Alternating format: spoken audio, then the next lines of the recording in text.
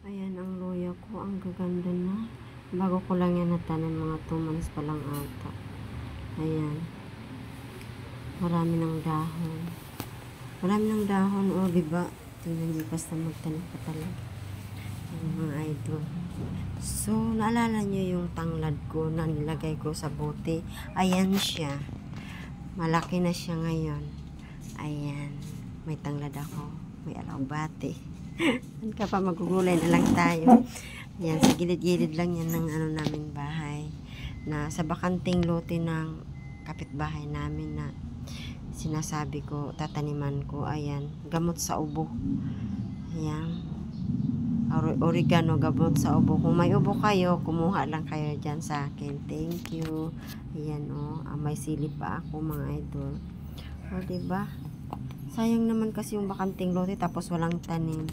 Thank you.